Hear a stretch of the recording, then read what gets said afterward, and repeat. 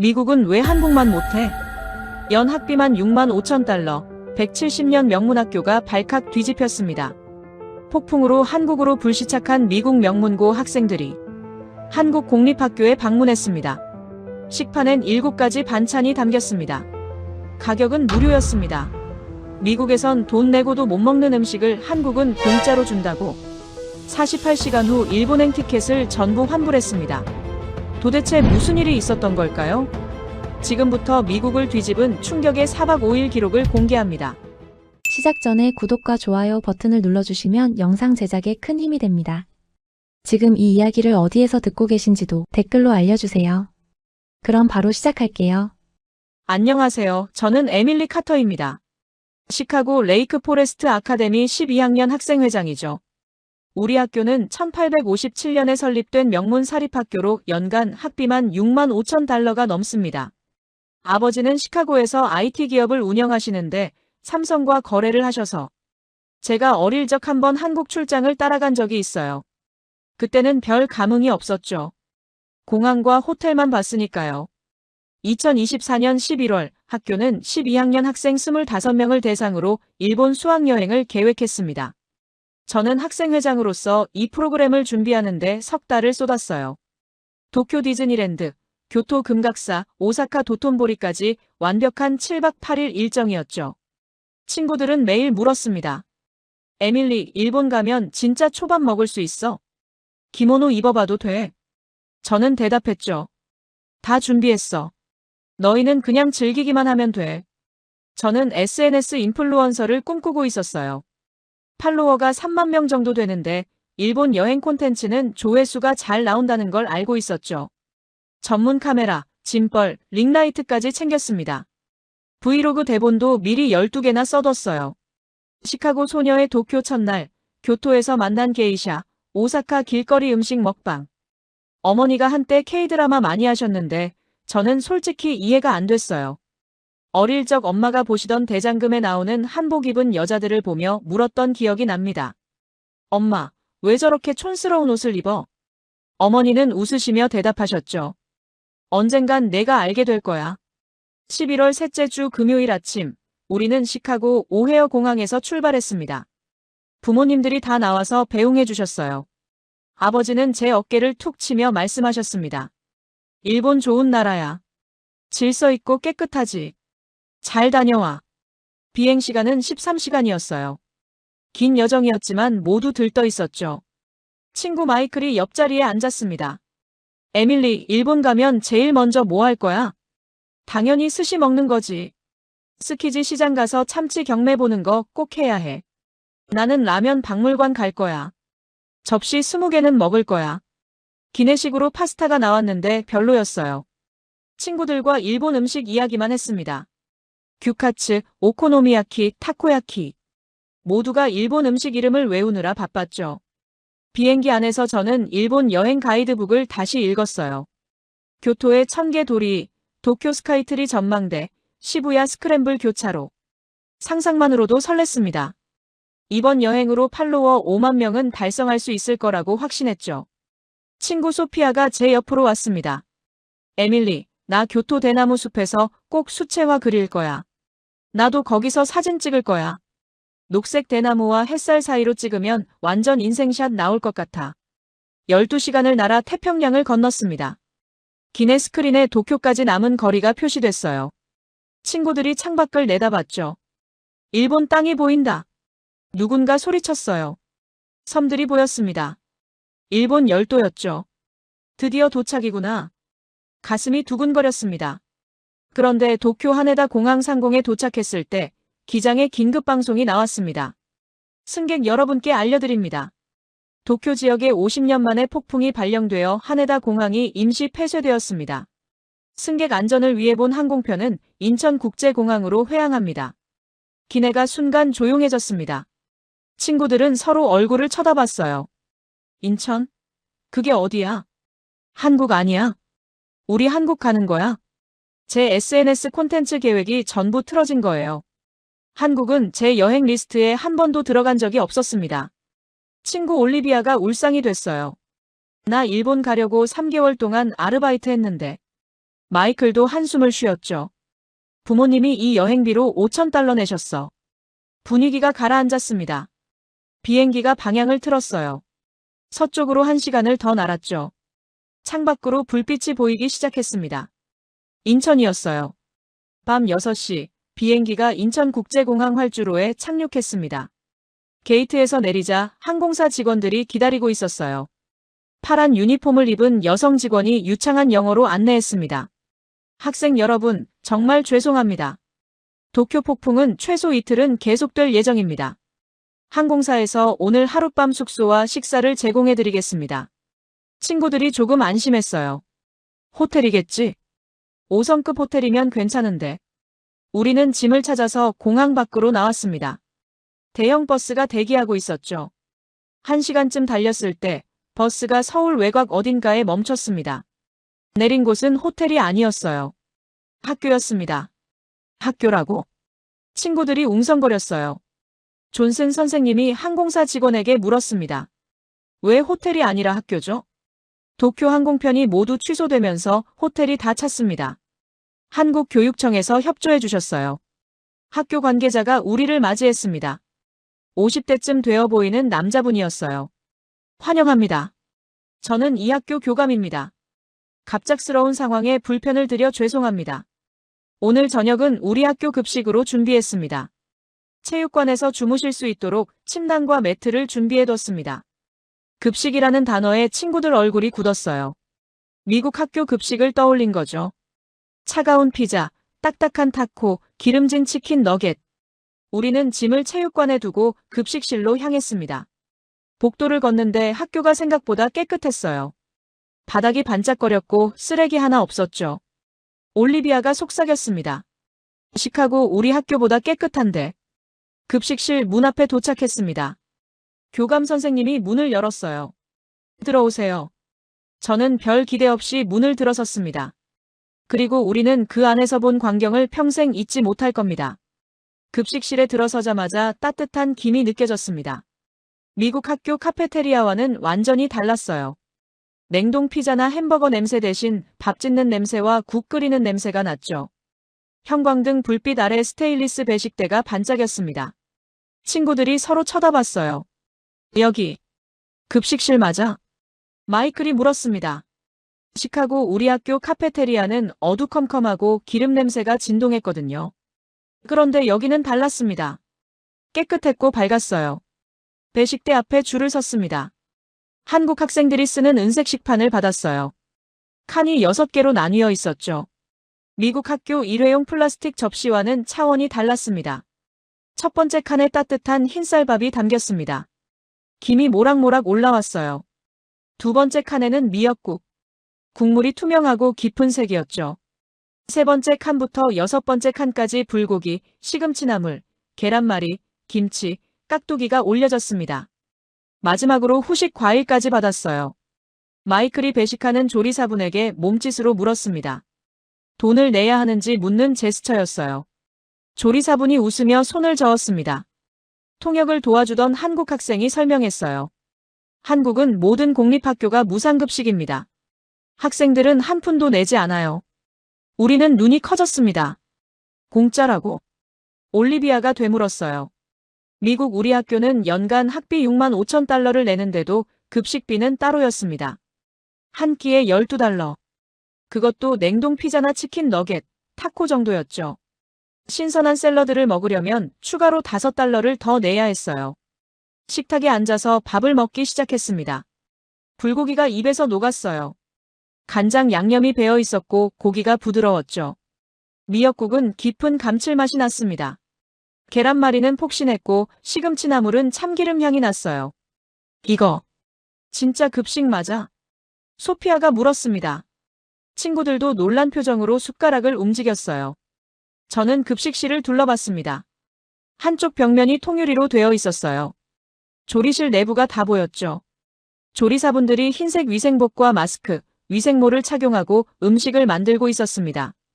거대한 솥에서 국을 끓이는 모습, 야채를 씻는 모습, 고기를 볶는 모습이 전부 보였어요. 미국에서는 조리 과정을 절대 볼 수 없습니다. 어디서 어떻게 만드는지 모른 채 먹었죠. 벽에 붙은 게시판이 눈에 들어왔습니다. 한 달치 급식 메뉴판이었어요.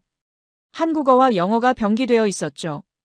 월요일은 한식, 화요일은 중식, 수요일은 일식, 목요일은 양식, 금요일은 다시 한식. 메뉴가 매일 바뀌었습니다. 불고기 덮밥, 짜장면, 돈가스, 스파게티, 비빔밥. 마이클이 읽었습니다. 디저트까지 있네. 우리 학교는 월요일부터 금요일까지 피자, 햄버거, 치킨 너겟만 무한 반복이었는데요. 식판 옆에 작은 종이가 놓여 있었습니다. 급식 영양 성분표였어요. 칼로리, 단백질, 탄수화물, 지방, 나트륨, 비타민까지 상세하게 기록되어 있었죠. 한국 학생이 설명해줬습니다. 영양사 선생님이 매일 아침 식재료를 직접 검수하고 영양 균형을 맞춰서 메뉴를 짜요. 알레르기가 있는 학생은 별도 식단을 받을 수도 있어요. 저는 충격을 받았습니다. 우리 학교에는 영양사가 없어요. 급식업체에서 냉동식품을 납품하면 그냥 데워서 주는 거였죠. 영양 성분? 그런 거 신경 쓰는 사람 없었습니다. 식사를 마치고 식판을 반납하는 곳으로 갔어요. 분리수거 시스템이 체계적이었습니다. 음식물 쓰레기, 플라스틱, 종이, 일반 쓰레기가 각각 분리되어 있었죠. 한국 학생들이 자연스럽게 분리하는 모습을 보며 친구들이 감탄했어요. 급식실을 나오는데 복도에 또 다른 게시판이 있었습니다. 학생들이 급식에 대해 쓴 의견이 붙어 있었어요. 급식 만족도 조사 결과도 공개되어 있었죠. 이번 달 만족도는 92%였습니다. 우리는 체육관으로 돌아왔습니다. 침낭과 매트가 깔끔하게 준비되어 있었어요. 친구들이 모여 앉았죠. 올리비아가 먼저 말했습니다. 방금 먹은 급식이 믿기지 않아. 마이클도 고개를 끄덕였어요. 나 한국이 이렇게 발전한 나라인 줄 몰랐어. 저는 스마트폰을 꺼내 한국 학교 급식에 대해 검색했습니다. 놀라운 사실들이 쏟아져 나왔어요. 한국은 2021년부터 전국 모든 초중고등학교에서 무상급식을 실시하고 있었습니다. 서울시 기준으로 학생 1인당 급식 예산은 5,000원. 미국 돈으로 약 4달러였어요. 우리가 12달러를 내고 먹는 급식보다 질이 훨씬 좋은데 공짜였던 거죠. 더 놀라운 건 급식 식재료의 안전성이었습니다. HACCP 인증을 받은 식재료만 사용한다고 했어요. 유전자 변형 농산물은 원칙적으로 금지되어 있었죠. 지역 농산물을 우선 구매하는 정책도 있었습니다. 친구 KT가 말했습니다. 우리 학교는 급식비를 못 내는 학생들에게 따로 표시된 식권을 줘. 다른 학생들이 다 알 수 있어서 창피해. 한국은 그런 차별이 전혀 없었습니다. 모든 학생이 똑같은 급식을 받았어요. 밤 11시쯤 됐을 때 교감 선생님이 체육관에 들어오셨어요. 내일 도쿄 항공편 상황을 알려주러 오신 거였습니다. 폭풍이 예상보다 심해서 최소 3일은 더 기다려야 합니다. 항공사에서 호텔을 알아보고 있지만 크리스마스 시즌이라 방을 구하기 어렵습니다. 친구들은 실망했지만 저는 달랐어요. 갑자기 생각이 떠올랐습니다. 차라리 한국을 더 보면 어떨까? 급식 하나만 봐도 이 나라가 궁금해졌거든요. 다음 날 아침 6시 체육관에서 눈을 떴습니다. 창문으로 아침 햇살이 들어왔어요. 한국 학생들은 벌써 등교 준비를 하고 있었죠. 교복을 입고 책가방을 매는 모습이 보였습니다. 우리도 세수를 하러 화장실에 갔어요. 학교 화장실이 깨끗해서 놀랐습니다. 변기마다 비데가 설치되어 있었고 휴지가 넉넉하게 비치되어 있었죠. 거울도 깨끗했고 비누와 핸드드라이어도 작동했어요. 시카고 우리 학교 화장실은 낙서투성이인데. 소피아가 말했습니다. 아침 급식 시간이었습니다. 어젯밤 저녁만큼이나 푸짐했어요.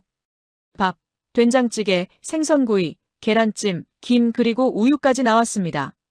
친구들은 이제 놀라지도 않았어요. 한국 급식 수준을 파악한 거죠. 식사를 마치고 저는 결심했습니다. 친구들을 설득해야겠다고요. 일본 대신 한국을 보자고 말이죠. 아침 식사 후 친구들을 체육관에 모았습니다. 중요한 이야기를 하고 싶었어요. 25명이 둥그렇게 모여 앉았죠.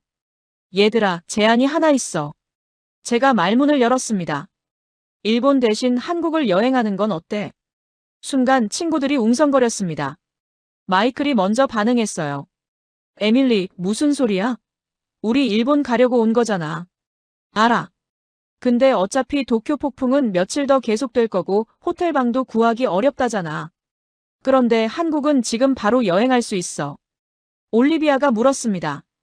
어젯밤 급식 하나 보고 그러는 거야? 급식만이 아니야. 이 학교 시설 봤잖아. 복도, 화장실, 급식실. 전부 우리 학교보다 나았어. 공립학교인데도 말이야. 친구 브래드가 팔짱을 끼고 말했습니다. 브래드는 농구부 에이스였어요. 덩치도 크고 목소리도 컸죠. 에밀리, 넌 급식 하나에 속은 거야. 일본은 세계적인 관광지야. 도쿄, 교토, 오사카. 우리가 3개월 동안 준비한 거 다 날리자고. 날리는 게 아니야. 바꾸는 거지. 제가 대답했습니다. 한국도 볼 게 많아. K-팝, K-드라마로 유명한 나라잖아. 게다가 여기가 얼마나 안전한지, 시스템이 얼마나 잘 되어 있는지 직접 확인해 보자고. 소피아가 제 편을 들었습니다. 나도 어젯밤부터 한국에 대해 검색해 봤는데 생각보다 볼 게 많더라. 경복궁, 남산타워, 명동, 강남. BTS 관련 장소도 많고. K-팝이나 K-드라마 좋아하는 애들이나 가는 데 아냐? 브래드가 비웃었습니다. 우리가 뭐하러 거기 가? 일본이 훨씬 유명하고 볼 것도 많아. 분위기가 팽팽해졌습니다. 친구들이 둘로 나뉘었어요. 한국파와 일본파로요. 그때 KT가 조용히 말했습니다. 나는 한국이 궁금해. 무상급식 시스템이 정말 인상적이었거든. 미국도 배워야 할 것 같아. 급식 하나 가지고 너무 오버하는 거 아니야? 브래드가 다시 반박했습니다. 급식만이 아니라니까. 여기 환경 자체가 달라. 청결도, 시설, 시스템. 하나하나가 다 우리보다 나았어. 제가 목소리를 높였습니다. 브래드, 넌 어젯밤에 뭘 봤어? 급식실 조리 과정이 전부 투명하게 공개되는 거, 영양성분표가 상세하게 적혀 있는 거, 학생들 의견을 받아서 메뉴를 개선하는 거. 이게 다 시스템이야. 브래드가 입을 다물었습니다. 제 말에 일리가 있다는 걸 인정한 거죠. 마이클이 손을 들었어요. 투표로 정하자. 민주적으로. 좋은 제안이었습니다. 존슨 선생님이 동의하셨어요. 좋아요. 학생들 의견을 존중하겠습니다. 손을 들어주세요. 한국 여행에 찬성하는 사람. 저는 손을 들었습니다. 올리비아, 소피아, 케이티, 마이클도 손을 들었어요. 하나둘씩 손이 올라갔습니다. 결과는 20대 5였어요. 압도적이었죠. 브래드는 팔짱을 낀 채 고개를 돌렸습니다. 5명의 반대파 중 리더였어요. 좋아. 다수결이니까 따르긴 할게. 근데 한국이 일본만 못하면 그때 가서 내가 뭐라고 할 거야? 그때는 내가 사과할게. 제가 대답했습니다. 존슨 선생님이 학교 측과 학부모들에게 연락하기 시작했어요. 오전 10시쯤 결과가 나왔습니다. 학교 측에서 허락했다고요. 학부모들도 대부분 동의했다고 했어요. 오히려 한국이 안전하다는 이야기를 들어서 더 안심된다는 반응이 많았습니다. 선생님이 말씀하셨어요. 항공사도 환불을 승인해줬습니다.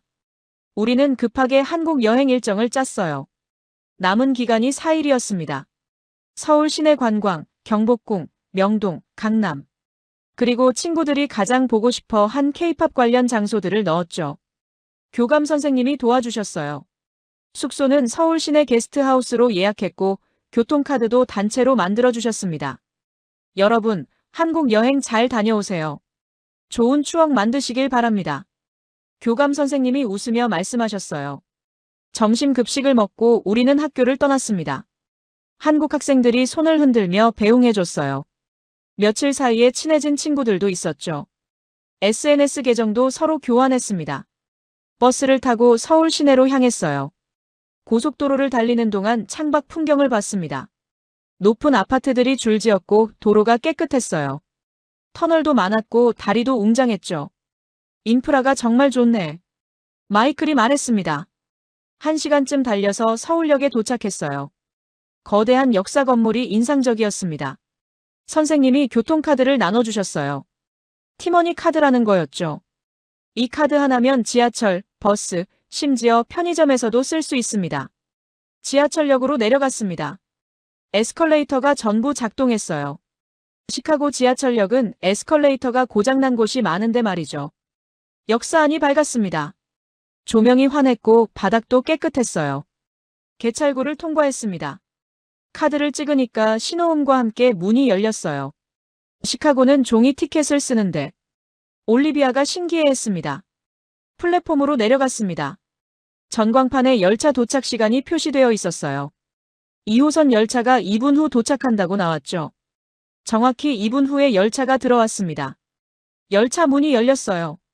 사람들이 먼저 내리고 그 다음에 탔습니다. 질서가 있었죠. 차량 내부는 깨끗했어요. 좌석이 편했고 손잡이도 반짝였습니다. 열차가 출발했어요. 흔들림이 거의 없었습니다.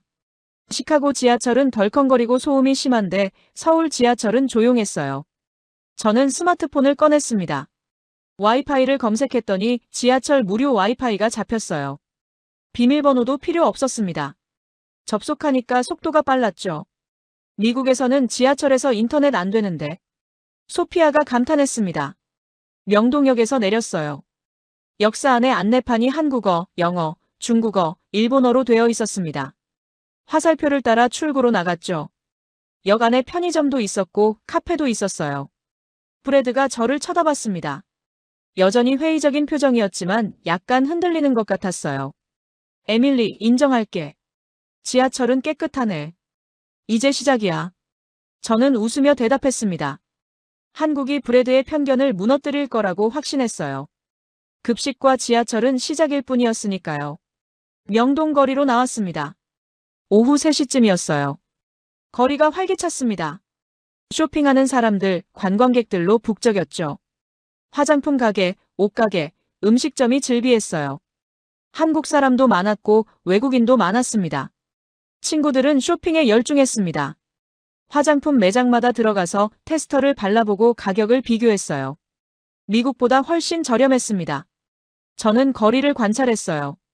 쓰레기통이 많지 않은데도 거리가 깨끗했습니다. 사람들이 쓰레기를 함부로 버리지 않는 거였어요. 1시간쯤 명동을 둘러봤습니다. 브래드는 여전히 회의적인 표정이었어요.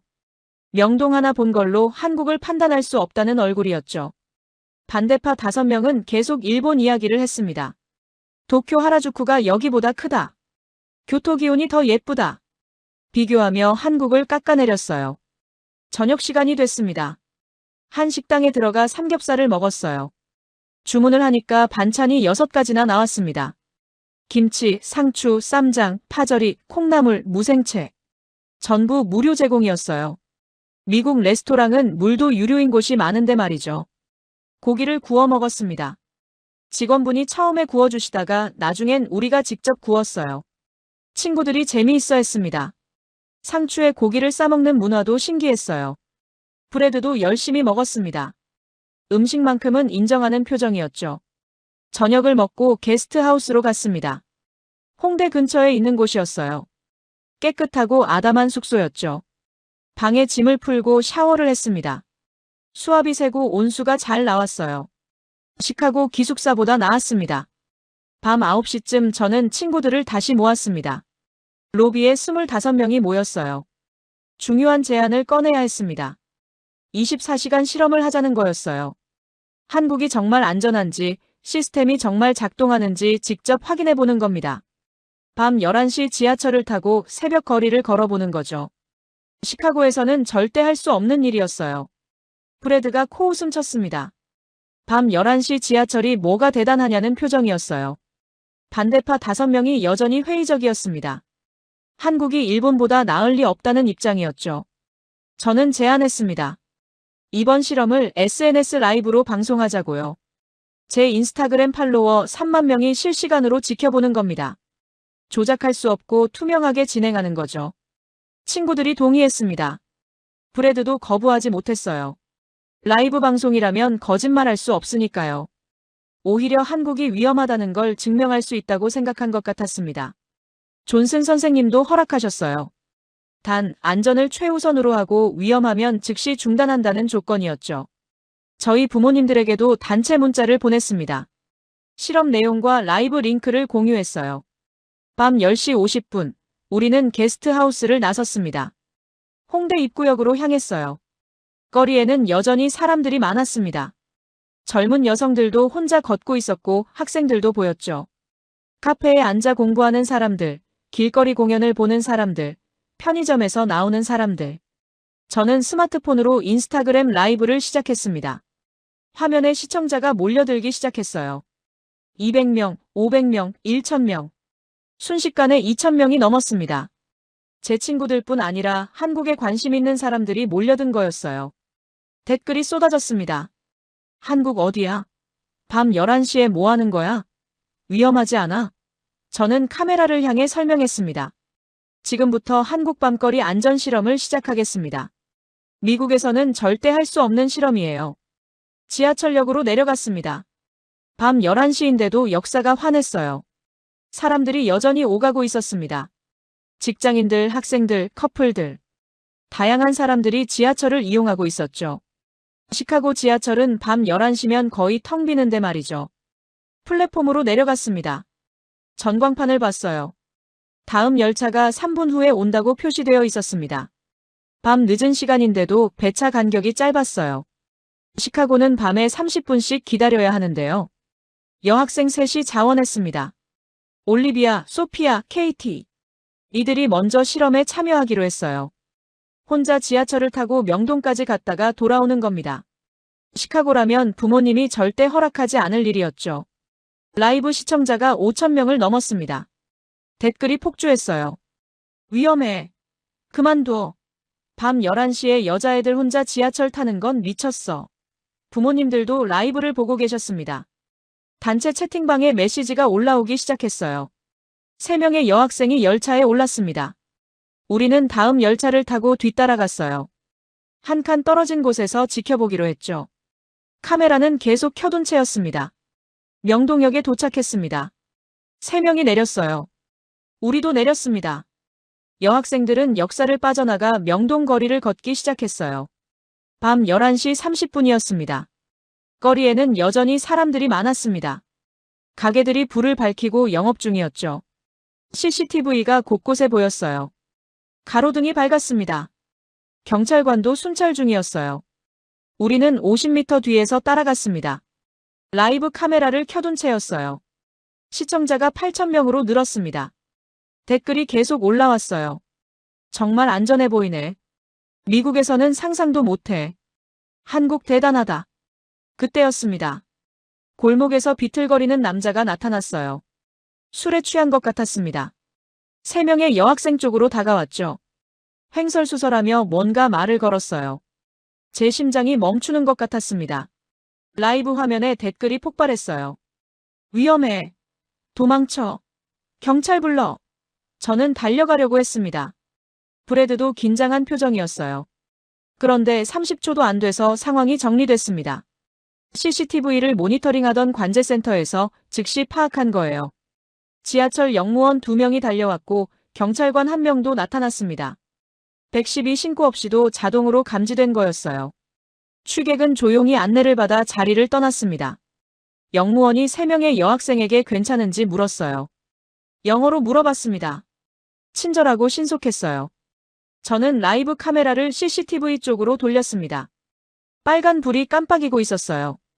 24시간 작동 중이었죠. 서울 시내에만 공공 CCTV가 10만 대가 넘는다고 검색 결과가 나왔습니다. 브래드가 중얼거렸습니다. 시스템이 진짜 작동하네. 그의 목소리에 놀라움이 섞여 있었어요. 반대파 친구들도 입을 다물었습니다. 3명의 여학생이 무사히 돌아왔습니다. 얼굴에 안도감이 역력했어요. 올리비아가 말했습니다. 처음엔 무서웠는데 경찰이 바로 와서 놀랐어요. 30초도 안 걸렸어요. 라이브 시청자가 1만 2천 명을 넘었습니다. 댓글이 계속 올라왔어요. 한국 CCTV 시스템 대단하다. 30초 만에 대응이라니. 미국도 이렇게 좀 해줘. LA는 910일 불러도 30분 걸리는데. 부모님들 단체 채팅방도 난리였습니다. 시카고도 이렇게 해야 해. 우리 동네는 밤 9시만 돼도 무서운데. 한국 안전 시스템 배워야겠어. 우리는 다시 게스트하우스로 돌아왔습니다. 밤 12시가 넘었어요. 로비에 모여 앉아 오늘을 정리했습니다. 라이브 방송은 아직 켜둔 채였어요. 시청자가 1만 5천 명까지 늘었습니다. 브래드가 팔짱을 풀었습니다. 처음으로 방어적인 태도를 내려놓은 거였어요. 인정할게. 한국이 생각보다 괜찮네. 시스템이 진짜 돌아가는 것 같아. CCTV 대응 속도는 정말 놀라웠어. 20대 5였던 찬반 구도가 흔들리기 시작했습니다. 반대파 5명 중 2명이 마음이 바뀌었다고 했어요. 나머지 3명도 고개를 끄덕였습니다. 저는 최종 제안을 했습니다. 내일 새벽 5시에 한강공원으로 가자고요. 새벽 시간대 안전을 확인하는 마지막 실험이었어요. 정말 안전한 나라라면 새벽에도 사람들이 자유롭게 다닐 수 있을 테니까요. 친구들이 동의했습니다. 브래드도 고개를 끄덕였죠. 라이브 시청자들도 응원 댓글을 남겼습니다. 내일도 라이브 해줘. 한국 더 보고 싶어. 새벽 실험 기대된다. 저는 라이브를 종료했습니다. 1만 5천 명이 지켜본 실험이었어요. 내일 새벽이 기다려졌습니다. 새벽 4시 30분, 알람이 울렸습니다. 친구들을 깨웠어요. 모두 피곤한 표정이었지만 눈빛은 살아있었습니다. 오늘이 마지막 실험이었으니까요. 간단히 세수를 하고 게스트하우스를 나섰습니다. 새벽 공기가 차가웠어요. 11월 말 서울의 새벽은 쌀쌀했죠. 우리는 두툼한 패딩을 입고 밖으로 나왔습니다. 거리가 조용했습니다. 하지만 완전히 비어있지는 않았어요. 편의점 불빛이 보였고 24시간 카페도 영업 중이었죠. 새벽 배달 오토바이가 지나갔고 청소차도 다녔습니다. 지하철역으로 향했습니다. 새벽 5시 직전이었어요. 역 입구에 불이 켜져 있었습니다. 서울 지하철은 새벽 5시 30분부터 운행한다고 검색했어요. 우리는 조금 일찍 도착한 거였죠. 역 앞 벤치에 앉아 기다렸습니다. 저는 다시 인스타그램 라이브를 켰어요. 새벽인데도 시청자가 몰려들었습니다. 3,000명, 5,000명. 어젯밤 실험을 본 사람들이 다시 접속한 거였어요. 댓글이 올라왔습니다. 새벽 5시에 뭐 하는 거야? 한국 새벽도 안전해. 미국은 새벽에 밖에 나가면 위험한데. 저는 카메라를 향해 설명했습니다. 지금부터 새벽 안전 실험을 시작합니다. 새벽 5시 15분, 지하철 셔터가 올라가기 시작했습니다. 역무원이 문을 열었어요. 우리는 역 안으로 들어갔습니다. 새벽인데도 청소가 되어 있었어요. 바닥이 깨끗했고 화장실도 불이 켜져 있었습니다. 첫 차를 기다리는 사람들이 몇 명 있었어요. 출근하는 직장인, 운동복을 입은 중년 남성, 학원 가방을 맨 학생. 모두 평온한 표정이었습니다. 새벽 지하철을 타는 게 자연스러운 일상인 것처럼요. 5시 30분, 첫 차가 들어왔습니다. 우리는 한강 쪽으로 가는 지하철을 탔어요. 차량 안은 깨끗했습니다. 좌석에 앉아 창밖을 봤어요. 어둠 속에서 서울이 깨어나고 있었습니다. 여의도역에서 내렸습니다. 한강공원으로 향하는 출구였어요. 지상으로 올라오니 한강이 보였습니다. 강물이 잔잔하게 흐르고 있었어요. 하늘이 조금씩 밝아지고 있었죠. 한강공원으로 걸어갔습니다. 새벽 6시가 되기 전이었는데 사람들이 있었어요. 조깅하는 사람들이었습니다. 남녀노소 다양했어요. 70대로 보이는 노인도 가볍게 뛰고 있었고 30대 여성도 이어폰을 끼고 달리고 있었습니다. 브래드가 놀란 표정으로 주변을 둘러봤습니다. 새벽 6시에 사람들이 운동하고 있다는 게 신기한 거였어요. 시카고에서는 상상할 수 없는 풍경이었죠.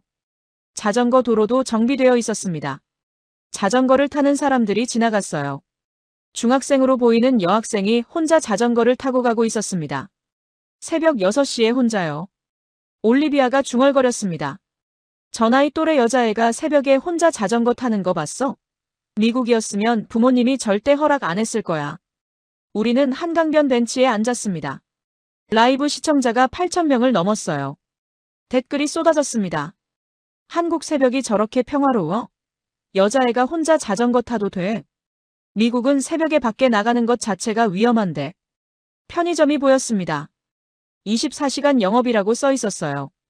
우리는 편의점으로 갔습니다.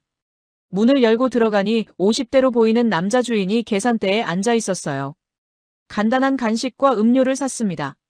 삼각김밥, 바나나 우유, 과자. 계산을 하면서 주인분께 영어로 물어봤습니다. 새벽에 가게 운영하는 게 위험하지 않냐고요. 주인분이 웃으며 대답했습니다. 영어가 서툴렀지만 의사소통은 됐어요. 위험? 아니야. 한국 안전해. 새벽에도 손님 많아. 학생, 직장인, 운동하는 사람. 문제 없어. 저는 다시 물었습니다. 강도나 도둑은 없냐고요.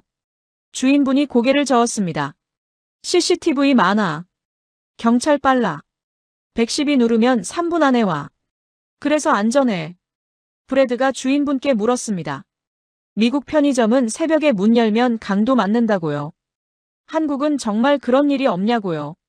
주인분이 단호하게 말했습니다. 한국은 달라. 범죄율 낮아. CCTV 시스템 좋아. 사람들 의식도 좋아. 그래서 새벽에도 안전해. 우리는 편의점을 나왔습니다. 밖에 테이블과 의자가 있었어요. 앉아서 삼각김밥을 먹었습니다. 하늘이 점점 밝아지고 있었어요. 새벽 6시 30분이었습니다. 한강변에 사람들이 더 늘어났습니다. 출근 전 운동하는 사람들이었어요. 요가 매트를 펴고 스트레칭하는 사람, 강아지를 산책시키는 사람, 벤치에 앉아 책을 읽는 사람. 모두 평온했습니다. 저는 라이브 카메라를 천천히 돌렸습니다. 한강변 풍경을 보여줬어요. 조깅하는 사람들, 자전거 타는 사람들, 편의점에서 나오는 사람들. 새벽 한강의 일상을 담았죠. 댓글이 폭주했습니다. 이게 진짜야? 새벽 6시 30분에 저렇게 많은 사람이 밖에 있어. 여자들도 혼자 운동해. 미국이랑 완전 다르네. 한국 진짜 선진국이다. 마이클이 말했습니다. 시카고는 새벽 6시면 거리가 위험해. 총소리 들리고 강도 조심해야 하고. 근데 여기는 사람들이 평화롭게 운동하고 있어. 소피아도 고개를 끄덕였습니다. 뉴욕도 마찬가지야. 센트럴파크도 해 뜨기 전엔 위험해서 못 가. 근데 한강은 새벽에도 안전하네. 브래드가 조용히 말했습니다. 에밀리 내 말이 맞았어. 한국이 생각보다 훨씬 발전했어. 시스템도 좋고 안전도 좋고. 일본보다 나을 수도 있겠어. 저는 깜짝 놀랐습니다. 브래드가 인정한 거예요. 가장 강경한 반대파였던 브래드가 마음을 바꾼 겁니다. 다른 반대파 친구들도 고개를 끄덕였습니다. 3명 모두 표정이 바뀌었어요. 회의적이던 눈빛이 감탄으로 바뀌었죠. 저는 제안했습니다. 지금 여기서 최종 투표를 하자고요. 한국 여행을 계속할지 아니면 일본행 티켓을 다시 예약할지 결정하는 겁니다. 친구들이 동의했습니다. 25명이 손을 들었어요. 한국 여행을 계속하자는 쪽에요. 만장일치였습니다. 반대파 5명도 전부 손을 들었어요. 브래드가 말했습니다. 에밀리 내가 이겼어. 한국이 정말 대단한 나라네. 급식, 지하철, 치안, 시스템. 모든 게 우리보다 나았어. 일본 다음에 가도 돼. 이번엔 한국을 제대로 보고 싶어. 저는 웃음이 나왔습니다. 친구들도 환호했어요. 라이브 시청자가 1만 명을 넘었습니다. 댓글이 축하 메시지로 가득 찼어요. 축하해. 한국 여행 즐겨. 좋은 선택이야. 부모님들 단체 채팅방도 확인했습니다. 메시지가 수십 개 올라와 있었어요. 한국 정말 안전하네. 애들 마음대로 하게 해줘. 우리도 한국 가보고 싶다. 새벽 7시 해가 완전히 떠올랐습니다. 한강이 황금빛으로 빛났어요. 우리는 벤치에 앉아 그 광경을 바라봤습니다. 일본 대신 한국을 선택한 결정. 그 선택이 옳았다는 확신이 들었어요. 저는 라이브를 종료했습니다. 1만 2천 명이 지켜본 새벽 실험이었어요. 댓글 마지막 줄을 읽었습니다. 한국이 진짜 선진국이구나. 미국도 배워야 해. 우리는 게스트하우스로 돌아갔습니다. 오늘부터 본격적인 서울 탐방이 시작되는 거예요. 25명 모두가 한마음이 된 첫날 아침이었습니다. 게스트하우스로 돌아와 잠시 쉬었습니다. 오전 10시쯤 다시 모여서 본격적인 서울 탐방 일정을 짰어요. 3박 4일 동안 최대한 많은 곳을 보기로 했습니다. 첫 번째 목적지는 경복궁이었습니다.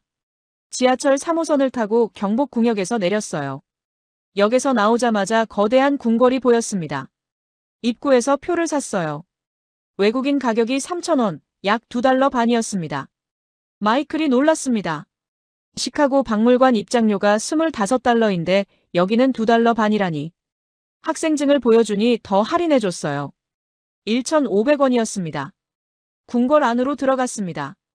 웅장한 건축물들이 펼쳐졌어요. 근정전, 경회록, 향원정. 전통 한옥 건물들이 아름다웠죠. 친구들이 사진을 찍느라 바빴습니다. 한복 대여점이 있었습니다. 친구 6명이 한복을 입어봤어요. 색색의 한복이 잘 어울렸습니다. 한복을 입으면 궁궐 입장이 무료라고 했죠. 전통 문화를 장려하기 위한 정책이라고 했어요. 프레드가 말했습니다. 정부가 전통 문화 보존에 신경 쓰는 게 보이네. 입장료도 싸고 한복 입으면 무료고. 미국은 입장료만 비싸고 혜택은 없는데. 궁궐을 둘러보는데 외국인 관광객이 정말 많았습니다. 유럽 사람들, 동남아시아 사람들, 중국 사람들. 한국 관광이 인기가 많다는 걸 실감했죠. 점심시간이 됐습니다. 궁궐 근처 식당에서 비빔밥을 먹었어요. 여기도 반찬이 6가지나 나왔습니다. 한국 식당은 반찬을 무한 리필해준다는 것도 알게 됐어요. 미국 레스토랑은 빵 한 조각도 돈 받는데 말이죠. 오후에는 인사동을 걸었습니다. 전통거리였어요. 한지 가게, 전통 찻집, 공예품 가게가 늘어서 있었죠. 골목길이 운치 있었습니다. 화장실을 가게 됐습니다. 인사동 공중 화장실이었어요. 들어가 봤더니 역시나 깨끗했습니다. 전통거리라고 해서 화장실도 낡을 줄 알았는데 최신 시설이었어요. 비데가 있었고 센서식 수도꼭지가 있었고 핸드드라이어도 작동했습니다. 올리비아가 감탄했습니다. 한국은 어디를 가든 화장실이 깨끗해. 공중 화장실인데도 호텔급이야.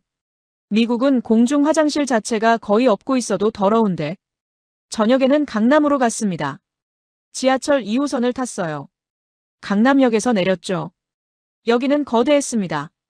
출구가 12개나 됐어요. 지상으로 나오니 고층 빌딩이 즐비했습니다. 네온 사인이 화려했고 사람들로 붐볐어요. 뉴욕 타임스퀘어 같은 느낌이었죠. 명품 매장, 백화점, 카페가 늘어서 있었습니다. 현대백화점 앞에서 멈췄습니다. 건물이 웅장했어요. 백화점 화장실을 이용했습니다. 당연히 깨끗했죠. 이제는 놀랍지도 않았습니다. 한국은 어디를 가든 화장실이 깨끗했으니까요. K-팝 매장에 들렀습니다. 친구들이 좋아하는 아이돌 굿즈를 샀어요. BTS, 블랙핑크, 뉴진스 앨범과 포스터를 샀죠. 미국에서 사는 것보다 훨씬 저렴했습니다. 저녁을 먹으러 한식당에 갔습니다. 김치찌개와 제육볶음을 주문했어요. 고기질이 좋았고 찌개가 얼큰하면서도 맛있었습니다. 친구들이 매운 걸 잘 못 먹는데도 계속 먹었죠. 식사 후 카페에 갔습니다. 한국은 카페 문화가 발달했다고 들었어요. 정말 그랬습니다. 걸어서 1분마다 카페가 있었어요. 스타벅스, 이디야, 투썸플레이스, 개인 카페까지. 카페에 들어가서 아메리카노를 주문했습니다. 가격이 4,000원, 약 $3였어요. 미국 스타벅스보다 저렴했습니다. 맛도 좋았고요. 카페가 넓고 쾌적했습니다. 콘센트가 각 테이블마다 있었고 무료 와이파이가 빨랐어요. 사람들이 노트북으로 일하거나 공부하고 있었습니다. 몇 시간씩 앉아 있어도 눈치 주는 사람이 없었어요. 프레드가 말했습니다. 미국 카페는 자리 오래 앉아 있으면 눈치 주는데 여기는 다르네. 학생들이 공부하고 직장인들이 일하고. 카페가 제2의 사무실이나 도서관 같아. 밤 10시쯤 카페를 나왔습니다. 거리가 여전히 밝았어요. 사람들이 많았고 가게들이 불을 밝히고 있었죠. 지하철을 타고 숙소로 돌아가는 길이었습니다. 열차 안에서 한국 학생들을 봤어요. 교복을 입고 있었습니다. 학원에서 돌아가는 것 같았죠. 밤 10시가 넘었는데도 학생들이 지하철을 타고 있는 게 신기했어요. 옆에 앉은 한국 대학생에게 물어봤습니다. 영어를 잘하는 학생이었어요. 왜 이렇게 늦게까지 학생들이 돌아다니냐고요. 학생이 웃으며 대답했습니다. 한국은 안전해서 부모님들이 걱정 안 해요. 학원 문화도 있고요.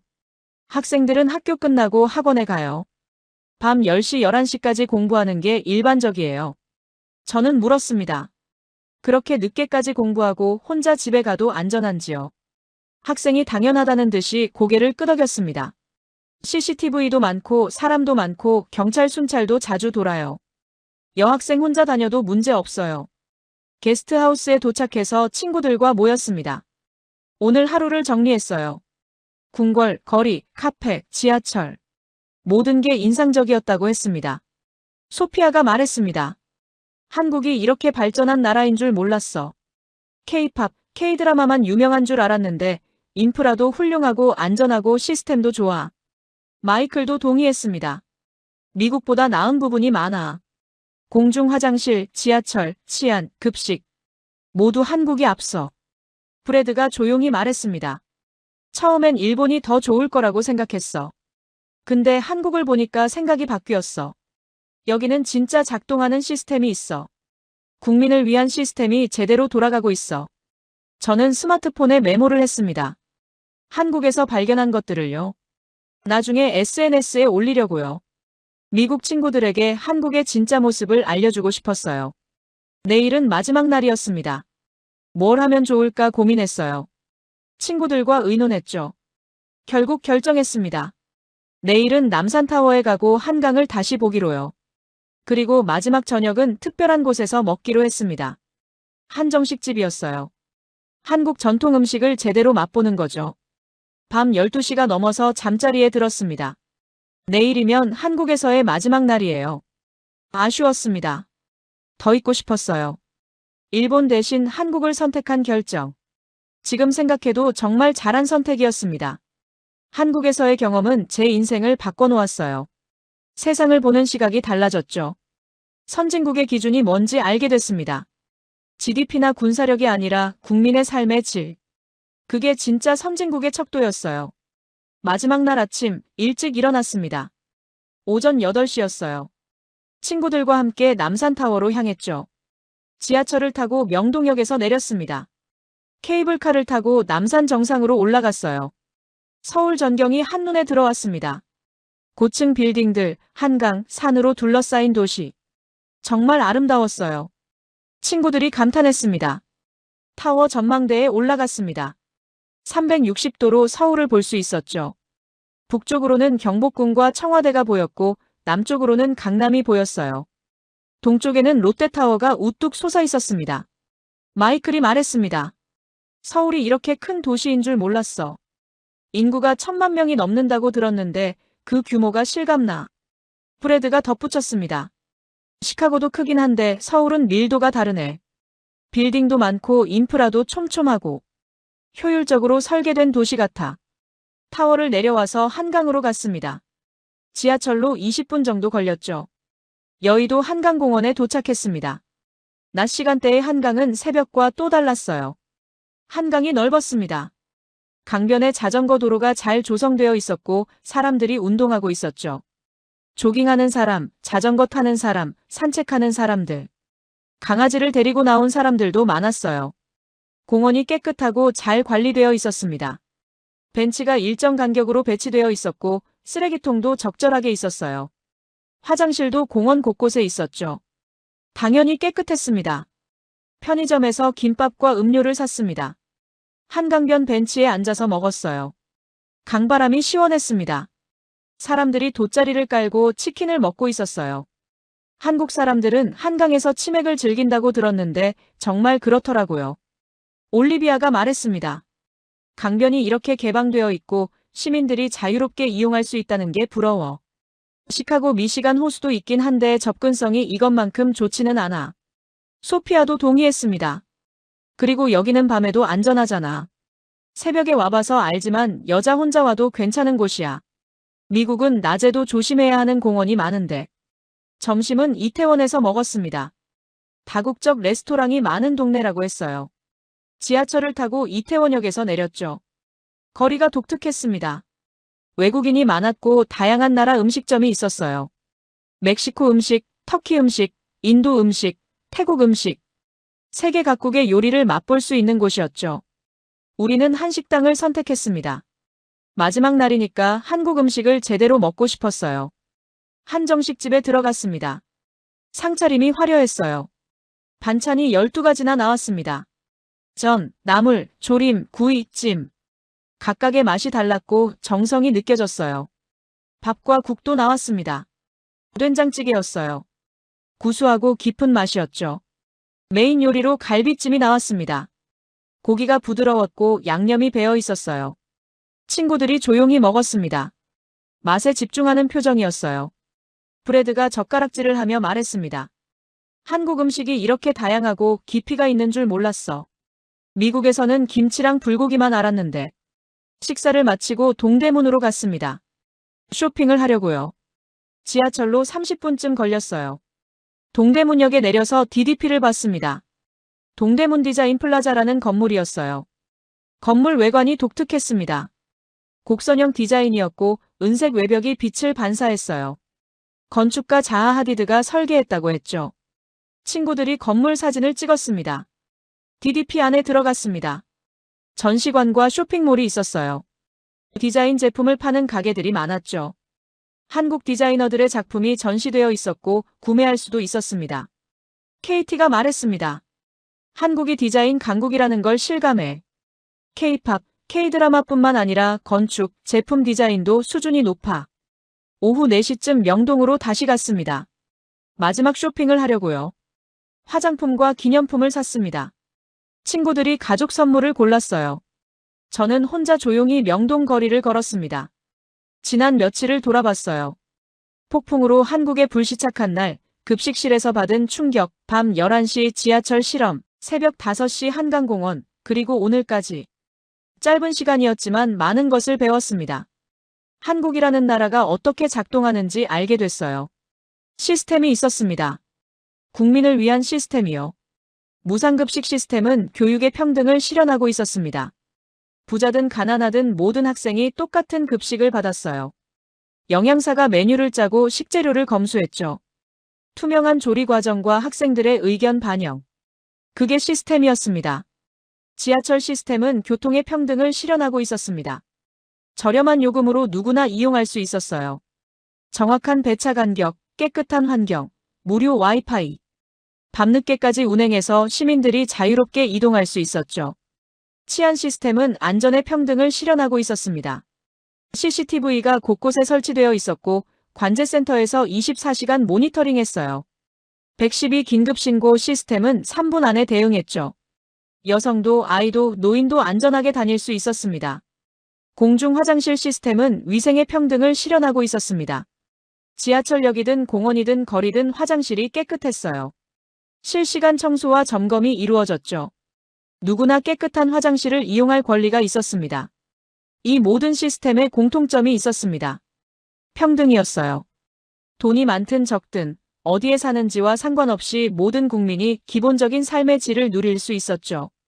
미국은 달랐습니다. 돈이 있으면 좋은 급식을, 안전한 동네를, 깨끗한 환경을 누릴 수 있었어요. 하지만 돈이 없으면 형편없는 급식을, 위험한 동네를, 더러운 환경을 감수해야 했죠. 한국은 시스템으로 평등을 만들어내고 있었습니다. 완벽하지는 않겠지만 노력하고 있었어요. 국민의 세금으로 국민의 삶을 개선하는 선순환이 작동하고 있었죠. 저녁 시간이 됐습니다.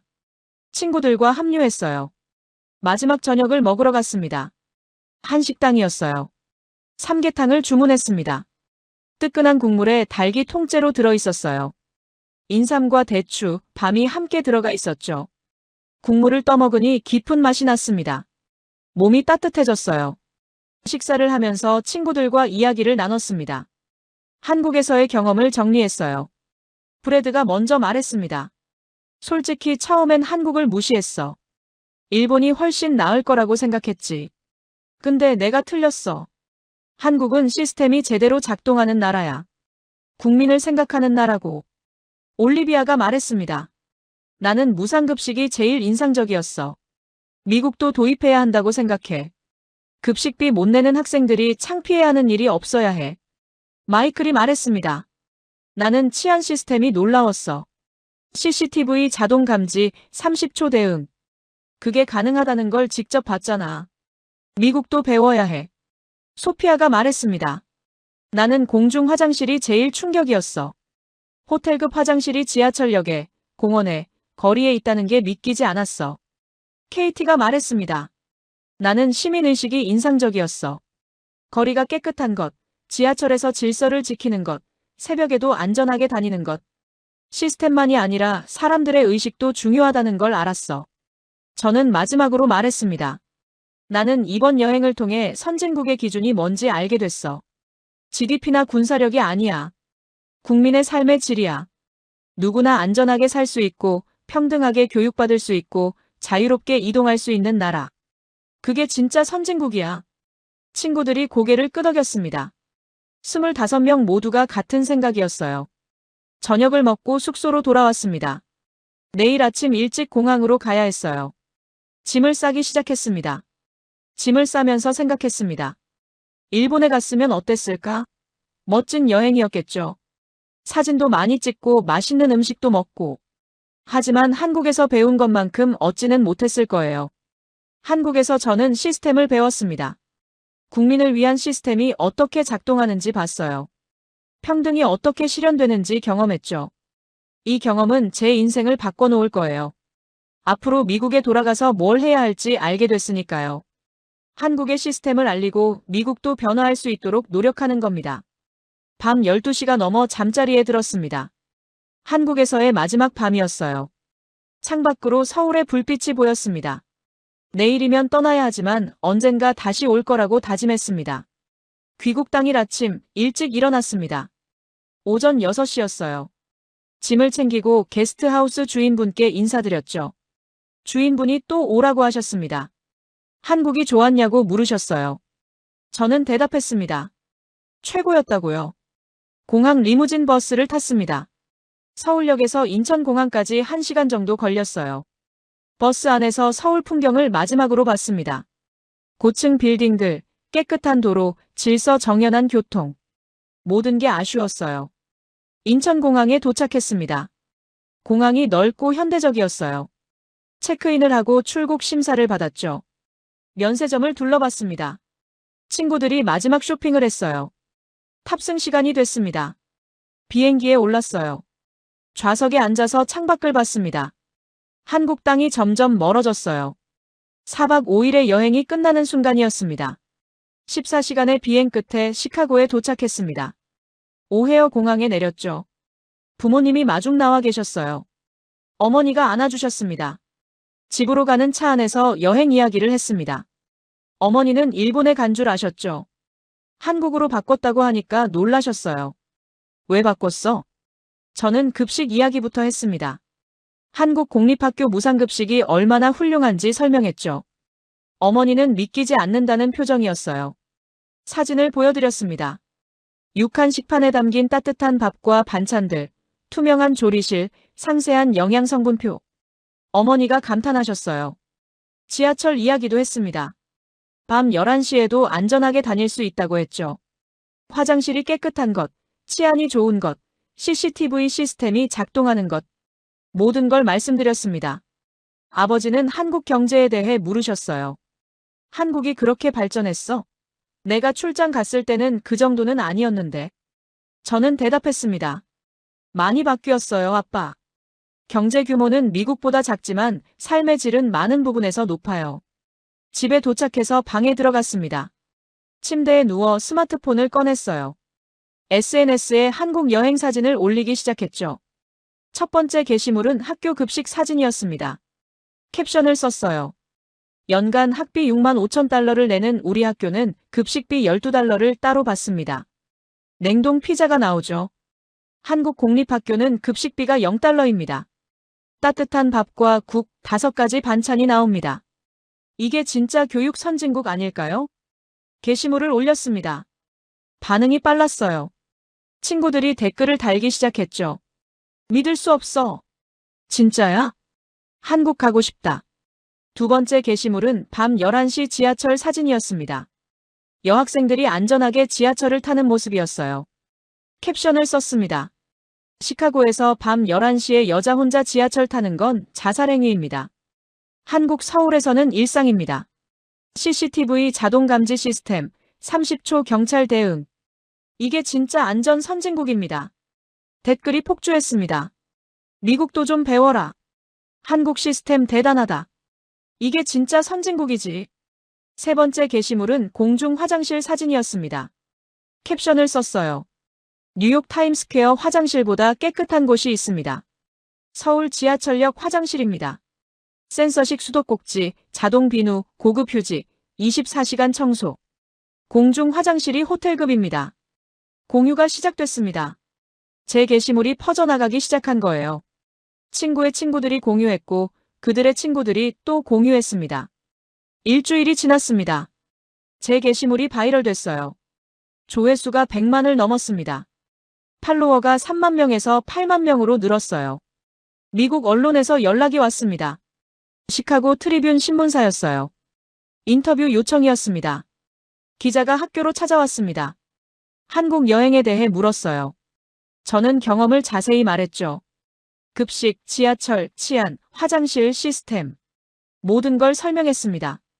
한국에서 가장 인상적이었던 게 뭔가요? 기자가 물었습니다. 시스템이요. 국민을 위한 시스템이 제대로 작동하고 있었어요. 평등이 실현되고 있었죠. 부자든 가난하든 모든 국민이 기본적인 삶의 질을 누릴 수 있었어요. 기사가 났습니다. 일면 톱 기사였어요. 시카고 학생들이 발견한 진짜 선진국, 한국. 제목이었습니다. 기사에는 제 사진과 인터뷰 내용이 실렸어요. 한국 급식 시스템, 치안 시스템, 교통 시스템이 상세하게 소개됐죠. 반응이 폭발적이었습니다. 학부모들이 들고 일어났어요. 우리 학교 급식을 개선하라고 요구하기 시작했죠. 학부모회가 열렸습니다. 200명이 넘는 학부모가 참석했어요. 한국 급식 시스템을 도입하자는 의견이 쏟아졌습니다. 연간 학비 6만 5천 달러를 내는데 왜 급식은 형편없습니까? 한국은 무료로 더 좋은 급식을 제공하는데 우리는 왜 안 됩니까? 교장 선생님이 압박을 받았습니다. 저를 불렀어요. 에밀리, 한국교육청에 급식 시스템 자료를 요청할 수 있겠니? 저는 한국 학교에 이메일을 보냈습니다. 도움을 받았던 그 공립학교예요. 교감 선생님이 답장을 주셨습니다. 급식 시스템 자료를 보내주셨죠. 메뉴 계획표, 영양관리 지침, 식재료 검수 기준, 조리위생 매뉴얼. 모든 자료가 영어로 번역되어 있었습니다. 학교가 변하기 시작했습니다. 급식 개선 위원회가 만들어졌어요. 학부모, 교사, 영양 전문가가 참여했죠. 한국 시스템을 참고해서 새로운 급식 프로그램을 설계하기 시작했습니다. 다른 학교에서도 연락이 왔습니다. 시카고 지역 다른 사립학교들도 관심을 보였어요. 제 경험을 공유해달라고 요청했죠. 저는 강연을 시작했습니다.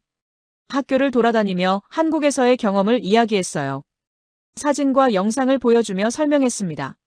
선진국의 기준은 GDP가 아닙니다. 국민의 삶의 질입니다. 제 강연은 항상 이 말로 시작했어요.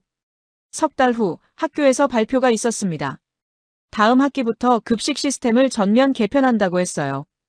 영양사를 고용하고 신선한 식재료를 사용하고 메뉴를 다양화한다고 했죠. 급식비도 인하됐습니다. 12달러에서 8달러로 내렸어요. 질은 높이고 가격은 낮춘 겁니다. 내년 수학여행 목적지도 발표됐습니다. 서울이었어요. 학생들이 환호했죠. 신청자가 80명이 넘었습니다. 저는 한국어 공부를 시작했습니다. 온라인 강의를 들었어요. 한글을 배우고 기본 회화를 익혔죠. 언젠가 한국에 다시 가고 싶었으니까요. 대학 진학도 고민하기 시작했습니다. 원래는 시카고 대학교나 노스웨스턴 대학교를 목표로 했어요. 그런데 한국 대학도 알아봤습니다. KAIST, 서울대, 연세대. 한국에서 공부하는 것도 좋을 것 같았어요. 부모님께 말씀드렸습니다. 처음엔 놀라셨죠. 하지만 제 이야기를 듣고 이해해 주셨어요. 한국을 직접 경험했으니까 그럴 수 있다고 하셨습니다. 1년이 지났습니다. 제 SNS 팔로워가 15만 명이 넘었어요. 한국 관련 콘텐츠를 계속 올렸거든요. 한국 문화, 음식, 시스템에 대해 소개했죠. 한국관광공사에서 연락이 왔습니다. 홍보대사를 해달라고 요청하셨어요. 저는 기쁘게 수락했습니다. 졸업식 날이었습니다. 졸업생 대표 연설을 하게 됐어요. 주제는 선택했습니다. 폭풍이 준 선물이었죠. 단상에 섰습니다. 200명의 졸업생과 수백 명의 학부모가 지켜봤어요. 2년 전, 저는 폭풍 때문에 한국에 불시착했습니다. 저는 연설을 시작했습니다. 일본에 가려던 계획이 틀어졌죠. 실망했습니다. 하지만 그 실망은 곧 놀라움으로 바뀌었어요. 한국에서의 경험을 이야기했습니다. 급식실에서의 충격, 밤 11시 지하철 실험, 새벽 한강공원, 시스템의 발견. 저는 그곳에서 진짜 선진국이 뭔지 배웠습니다. GDP나 군사력이 아니라 국민의 삶의 질. 그게 진짜 선진국의 척도였어요. 청중이 박수를 쳤습니다. 여러분도 기회가 된다면 열린 마음으로 세상을 보세요. 우리가 최고라는 편견을 버리고 배울 점을 찾으세요. 그게 진짜 성장입니다. 연설을 마쳤습니다. 기립박수가 쏟아졌어요. 선생님들도 학부모들도 친구들도 모두 박수를 보내줬습니다.